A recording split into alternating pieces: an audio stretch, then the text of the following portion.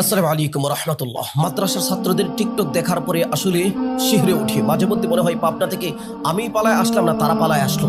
তাদের কি মস্তিষ্ক বলতে নাই? কিছু মানুষ দুনিয়াতে আছে যাদের মাথা আছে কিন্তু মগজ নাই। এই সমস্ত ছাত্রদেরকে কি উস্তাদরাও কিছু বলে না, কিংবা প্রাতিষ্ঠানিকভাবে নিঃসন্দেহ তারা বহিষ্কারকৃত নিঃসন্দেহে, এবং সামাজিকভাবেও তাদেরকে কি কিছু বলতে পারে না? দেখুন তো কি বলে। আসসালামু আই লাভ ইউ সালামের উত্তরটা কি পাবো?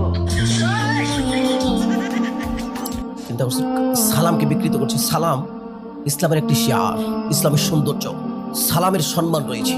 এই ইসলামের শিয়ারকে অপমানিত করার অধিকার কারণে হিন্দু ধর্মের নমস্কার বলে, আদাব বলে, ইসলাম ধর্মে আসসালামু আলাইকুম হাদিসের এই বাক্যকে সে বিকৃত করেছে। অথচ মাথায় টুপি আছে, মুখে দাড়ি আছে, পাঞ্জাবি আছে। এই সমস্ত ফালতু ছেলেদেরকে আসলে কি সমাজের মানুষ কিছু বলে না? তারা কোত্থেকে জন্ম নেয়, কোথায় থেকে বের হয়ে আসে? আদৌ কি তারা কোনো প্রাতিষ্ঠানিকভাবে কোনো মাদ্রাসার ছাত্র, কোনো মাদ্রাসার লেখাপড়ার সাথে তারা কি জড়িত? মনে হচ্ছে না। এদের কারণে আজকে ওলামায়ে কেরামদের বদনাম হয়, মাদ্রাসার আরো 8-10টা ছাত্রদের বদনাম হয়। এটা তো আমাদের পথ না। এরকম টিকটক করে ঢেউয়ের সাথে গা ভাসিয়ে দেওয়া তো আমাদের কাজ না। টিকটক, লাইকি, এই সমস্ত প্ল্যাটফর্মগুলো শুধুমাত্র ভাইরালিটির ধান্দা। ভাইরাল হয়ে কি করবে? মাদ্রাসাই দিয়েছে লেখাপড়া করার জন্য। এই সমস্ত ভাওতাবাজি না করে লেখাপড়া করো, আর না হয় প্রফেশনাল টিকটকার হয়ে যাও।